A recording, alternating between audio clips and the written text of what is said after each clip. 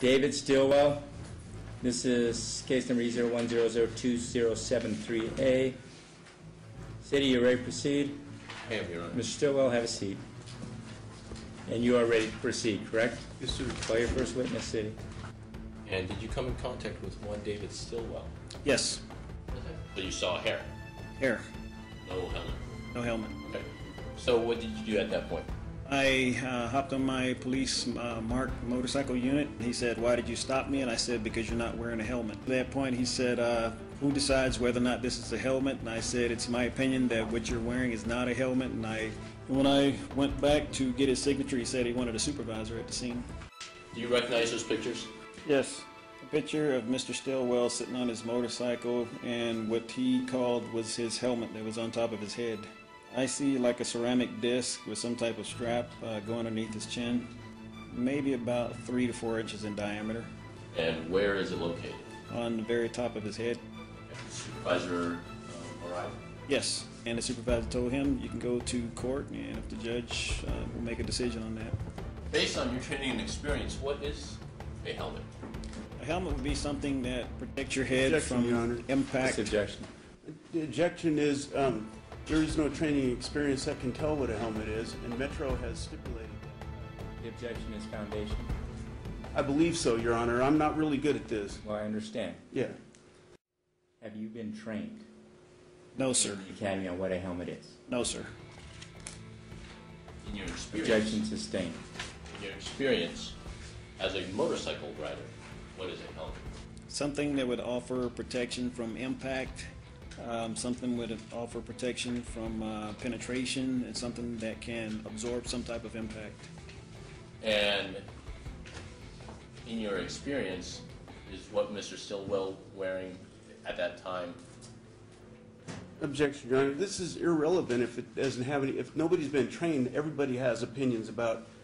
You know, some people will say this is sporting wear, or you know. I'm the one who decides, not him. Oh, okay.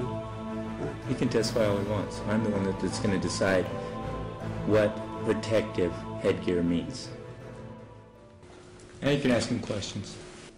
Before you started writing helmet tickets, did you ever ask your department or the Department of Public Safety, DPS, how one would comply with certainty to Nevada's helmet law? No. Do you know of any Las Vegas Metropolitan or Metro, can we say Metro, is that okay? Metro policy on helmets that meet standards that are under... There is no written policy. Does the NRS say anything about absorption or impact or penetration or any of those things that you were talking about? No. So those things that you were talking about are more in the term of being safe than legal. The NRS refers you to federal standards. The federal standards refer you to another site. The other site says if you want to wear a helmet, these are some of the guidelines, but there is nothing written in concrete on the federal standards that says this is a helmet, this isn't a helmet, this can be used, this cannot be used.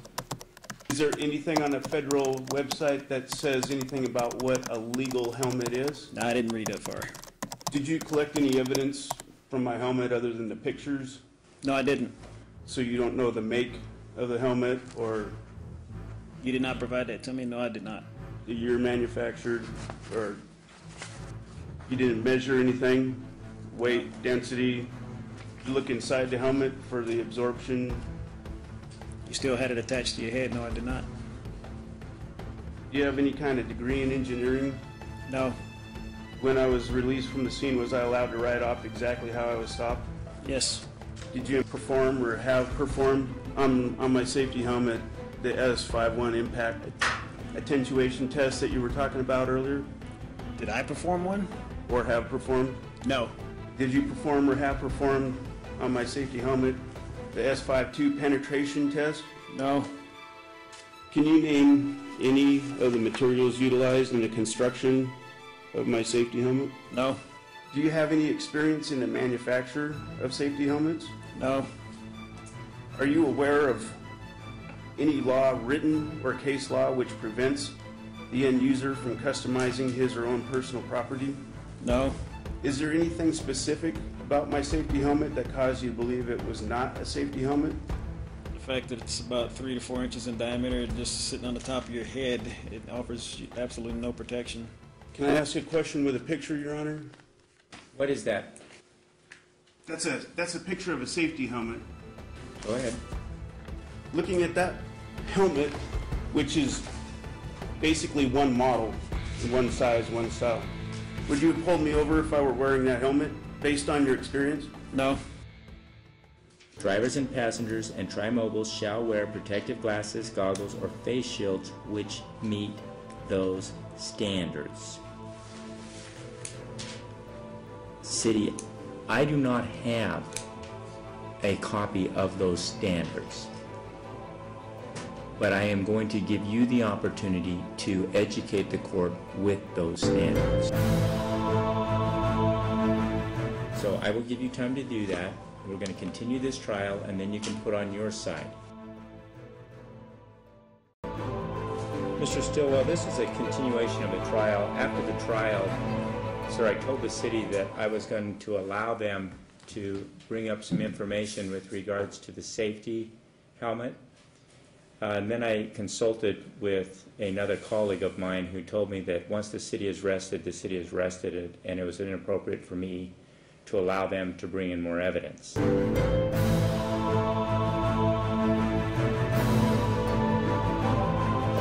And so with that in mind, I can't help but say that, one, I think you're crazy for wearing that.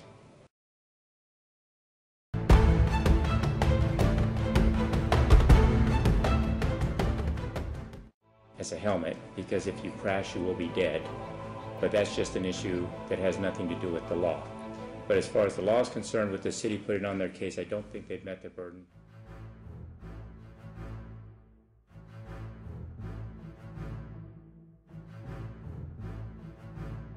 I'm finding you not guilty.